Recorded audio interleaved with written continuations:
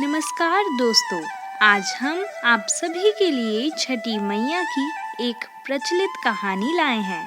तो चलिए शुरू करते हैं। बहुत समय पहले की बात है। एक बूढ़ी अम्मा थी। उनके एक बेटा और बहू थी। बूढ़ी अम्मा छठी मैया की परम भक्त थी और हर साल पूरी श्रद्धा से छठी मैया का व्रत करती थी। परंतु बहू नए विचारों वाली थी। वो पूजा पाठ में विश्वास नहीं करती थी। एक बार बूढ़ी अम्मा छठ पर्व करने की तैयारी कर रही थी। तभी बूढ़ी अम्मा की बहू उन पर हंसने लगी और बोली, अम्मा, दुनिया कहाँ से कहाँ चली गई है।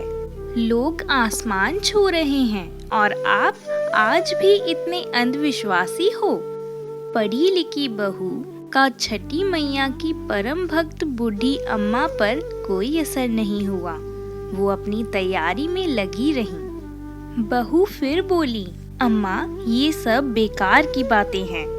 इस उम्र में 3 दिन तक भूखी रहोगी तो खुद पर ही मुसीबत लाओगी। ना जाने क्यों भूखे प्यासे लोग खुद को सताते रहते हैं।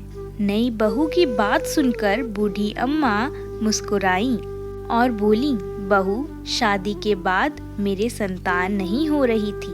तब मैंने इन्हीं छठी मैया के व्रत को किया। तब छठी मैया ने मेरी पुकार सुनी और ये तेरा पति छठी मैया का ही प्रसाद है। तू भी इस साल छठी मैया का व्रत कर। माता तेरी भी पुकार सुनेंगी और तेरी भी गोद हरी हो जाएगी। मगर बहू नए युग की नई सोच वाली थी। उसने किसी की भी बात ना सुनी। वह बोली, मैं पूजा पाठ नहीं करने वाली। सुंदर पति मिला है, जीवन में हर सुख मिला है, आलीशान घर है, दिन रात मस्त मजे करती हूँ। सारे गांव में मुझ जैसा धनवान कोई नहीं है। सासू माँ इस दुनिया में कर्म प्रधान है। बूढ़ी अम्मा के लाख समझाने के बाद भी बहू पर कोई असर न पड़ा। वो नास्तिक थी। इतने में बूढ़ी अम्मा का बेटा वहां आ गया और बोला, ठीक है, तुम्हें पूजा पाठ नहीं करनी तो मत करो, लेकिन तुम मेरी माँ से झगड़ो मत और जाकर तैयार हो जाओ। छठ घाट पर पूजा करने का समय हो गया है। बहू बिना रुचि के उनके साथ घाट पर जाती है, लेकिन वह पूजा करने के बजाय वो मेला घूमने चली जाती है। कुछ देर बाद उसका पति उसे वहां ना पाकर ढूंढने लगता है तो वो हलवाई के पास स्वादिष्ट पकवानों के मजे लेती नजर आती है। पति उसे कहता है, अरे तुम यहाँ तक आई हो, कुछ देर माँ के साथ बैठो। पत्नी बोली, ना जी, मैं पूजा पाठ नहीं करूंगी और ना ही बैठूंगी। मैं तो मेला घूमूंगी। आप ही करो ये पूजा पाठ। यह सुनकर पति वहां से चला जाता है और स्नान करने के लिए डुबकी लगाता है। जैसे ही वह डुबकी लगाता है वो डूब जाता है और जोर जोर से चीखने लगता है, लेकिन किसी को भी उसकी आवाज नहीं आती। जैसे ही बूढ़ी अम्मा को यह पता चलता है कि उसका बेटा डूब गया है, वो जोर जोर से रोने लगती है और छठी मैया से बोलती है, माँ, मुझसे तेरी भक्ति में कौन सी कमी रह गई जो तूने मेरी गोद सूनी कर दी। बोलो माँ, हमसे ऐसी क्या भूल हो गई। हम तो घाट पर तुम्हारी पूजा करने के लिए आए थे। तुमने तो हमारी दुनिया ही उजाड़ दी माँ।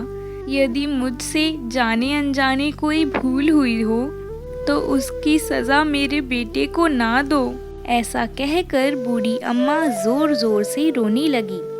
उधर मेले में शोर मचा कि घाट पे एक व्यक्ति डूब गया है। यह सुनकर बहू दौड़ी दौड़ी वहां आई और देखा कि उसकी सास रो रही है और उसका पति डूब गया है।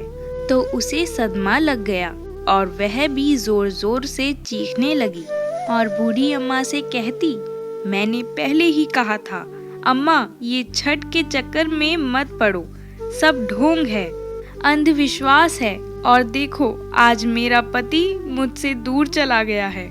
ये घटना देखकर सभी लोग मन में छठी मैया को पुकारते हैं, हे माँ, इस बूढ़ी अम्मा की पुकार सुन लो। छठी मैया तो है ही दयालु। माता कभी भी अपने भक्तों को निराश नहीं करती। इधर पुत्र वियोग में बूढ़ी अम्मा जैसे ही जान देने नदी में कूदने लगती हैं, तभी नदी में से एक लहर उठती है और उसी लहर में से बूढ़ी अम्मा का बेटा बाहर आ जाता है। ये देखकर छठ घाट पर खड़े लोगों की आंखें खुली की खुली रह जाती हैं। बूढ़ी अम्मा खुशी से रोने लगती है और बहू भी खुशी के मारे जोर जोर से रोने लगती है।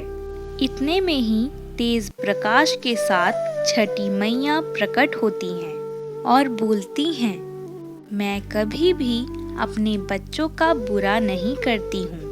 मैंने तुम्हारे आँखों से अज्ञानता का पर्दा हटाने के लिए तुम्हारे पति को पानी में डुबाया था। मैं हमेशा अपने भक्तों की रक्षा करती हूँ। इस कलयुग में जो भक्त मेरी पूजा करता है, मैं उसकी मनोकामना पूर्ण करती हूँ। ये कहकर छठी मैया अंतर्ध्यान हो गई और घाट पर मौजूद सभी लोगों ने छठी मैया की जय जयकार करी। जय छठी मैया। ऐसे ही सभी की पुकार सुनना।